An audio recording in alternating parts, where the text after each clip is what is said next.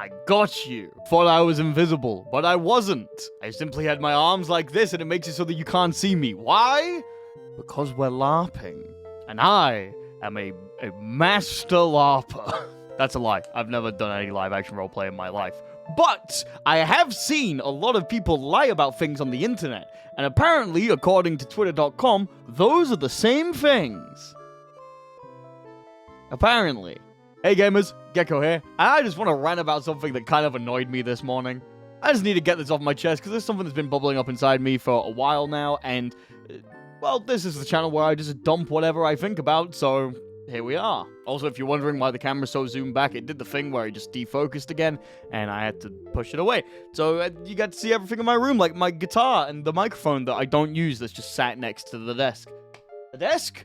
The shout, LARP, LARP, LARP, LARP. So, if you've not been on the internet, LARP has become a term used to call people out when they're basically talking bullshit.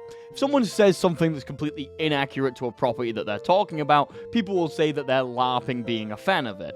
LARP, of course, stands for live action roleplay, which is a form of roleplay that's live action. Why am I defining what live action roleplay is? It mostly involves set rules where people go into the forest dressed in costumes and act out fake societies and plot lines and stuff. I've never done it. I've been kind of interested in it, but it's also one of those things where I've no idea how I would even start, and it's very scary because it's a lot of social interaction, and I'm pretty bad at that. It's gotten to the point, though, where people will say that anything is LARP when they see someone make an inaccuracy. And if you ask me, sometimes, yeah, it's actually pretty funny to do this. There are a lot of people on the internet and different places that will pretend like they have authority or knowledge on a certain topic when they really don't. And instead of going, well, it's very obvious by the statement that you made that you have no idea what you're talking about and we shouldn't interact with you in any meaningful way, you can just say, you're a fucking LARPer, and it does the exact same thing. I've seen it used in a bunch of different contexts, in a bunch of different fandoms. I have my roots across many different places, meaning that I see this in a lot of different places. And most of the time, it's just a healthy little bit of fun. You'll see someone say something that they very obviously don't know what they're talking about. People will set up some kind of trap for them, in which that person will fall into it, and then we all get 2 point and laugh. Funnily enough, the place I've seen this the most is in the Persona games, of all things. It's very common for people to state facts about characters in the Persona franchise, and then when you cross-review them with what's actually said in the game, or any of the supplementary material, it's not what that person just said. And most of the times the responses to this, oh well, I didn't play the game, I simply watched a playthrough. Persona being a very long RPG is very notorious for this. Players will say things about characters that just simply aren't true and are very obviously bullshit. And then when they're called out about it, it turns out they've never actually played the game. In situations like this, I think it's very funny. I saw someone saying that if you tell someone to play the game, you're being classist, which, okay, in some context I can understand. But if it's a game on the PlayStation 2 that is readily available through means such as emulation, then no. You could probably get that for free. In fact, the way that I first ever experienced Persona 3 was through legal means that ended up costing me literally nothing. That being said, I do own a copy of Persona 4. I'll go get it, actually. I really like showing off my copy of Persona 4. Look! It's got, like, wear and tear on the corner and stuff. From where I would, like, drag it out of, like, wherever it was. I've even got the like, music CD and everything. Oh, I love this game. But there is one type of calling out people that is starting to get a little bit on my nerves. There will be types of people that say LARP or call you a phony or a poser or whatever if you do not know specifics. I'm not gonna show the video that originally pissed me off because this isn't like drama or anything, this is just a general thing. But I watched a video in which someone was talking about Pokemon, and they said if you do not know the specific baseline stats of your favorite Pokemon, you're a LARPer. Granted, this is something that is pretty readily available knowledge, but it's also not something that people are necessarily going to be searching out in general playthroughs.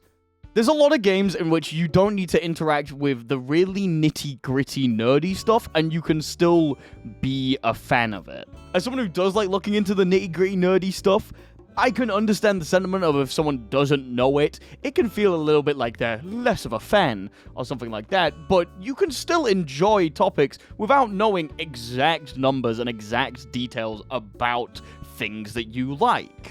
On Steam, my second most played video game is Team Fortress 2. My most played class is the Scout. If you put a gun to my head and told me to name the exact stats of the backscatter, I wouldn't be able to tell you. In fact, I'm not even sure what the actual number of a dedicated meat shot is, because I've not played the game in a long time. Doesn't make me any less of a fan because I don't know the exact numbers and stats on specific things. I know generally what they do, but that doesn't mean that I'm not enjoying the property. I've enjoyed Pokemon in the past. My favorite Pokemon is Arcanine. I don't know shit about Arcanine's stats.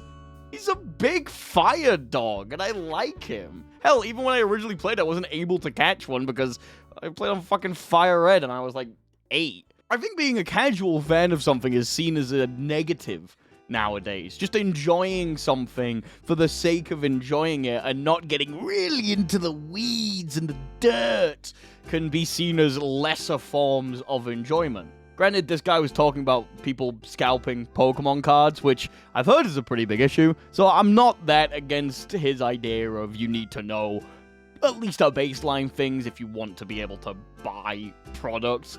Okay, saying it out loud, it is kind of stupid, but we'll make an exception because Pokemon card scalping is fucking ridiculous. But I've seen even dumber things, like, I'm a massive Devil May Cry fan, right?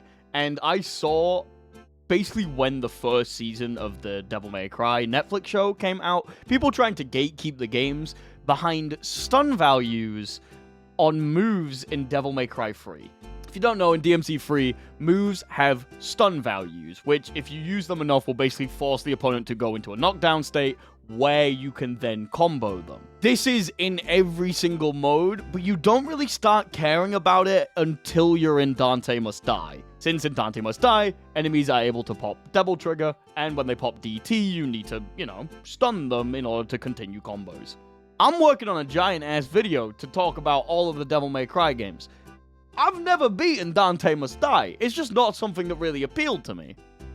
In fact, I've not even beaten Son of Sparta. I've gotten close, and we're going to rectify that problem tonight.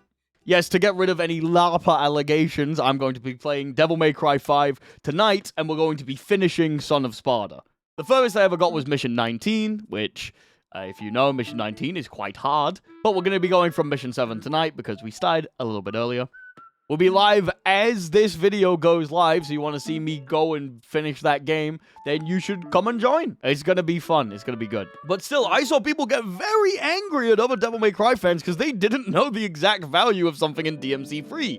And I kept my mouth shut because I don't know Stinger's stun value. It's just not something that really mattered to me. And I really like Devil May Cry 3. It's one of my favorite games in the franchise. But I just never did a Dante Must Die mode because I've been doing other things. If it was a conversation about high-level DMD-specific things, yeah, sure, okay, I can get calling people out about this. But for general talk about the franchise? Seriously? I know this can sound kind of stupid, but I want to bring one final example into this to show just how ridiculous the idea of needing to know specifics about a game actually is. I made my career talking about Guilty Gear Strive. I'm pretty good at Guilty Gear Strive. Would I dare to say I'm one of the better Giovanna players out there? Probably not, but I'm better than most. I, for the life of me, do not know most frame data in that game. I know close slashes are plus on block, DPs are very heavily minus, Kai's Ride the Lightning is negative 90 something, and if you block a tap dust, it's generally your turn. Even on my own characters, I'm not entirely sure what the frame data is. There's some important moves I know. Unique as Scum Dipper Enhanced is negative, meaning it's not punishable by anything that isn't a throw. But things like Geo Spiral Arrow? No idea. It's plus-ish. You can be really in the weeds about a lot of things and just not need to know the specific numbers. A lot of competitive things are generally just vibes. If it works, then it works. If it doesn't work, then it doesn't work. You don't need to necessarily know why it doesn't work. You can just know it doesn't work. And that's all that matters. You should enjoy games the way that you want to enjoy them. Please don't talk about something that you have very little knowledge about or that you only watched a playthrough of. Listen, here's the secret. A lot of things that are really popular right now are remakes and reimaginings of things that came out years and years ago. So you can go and play the older things and know about the plot and the story. Yeah, that new Final Fantasy VII game might cost a lot of money, but PS1's really easy to emulate. And if you really need to play the newest version, if only there was a way to get things for completely free.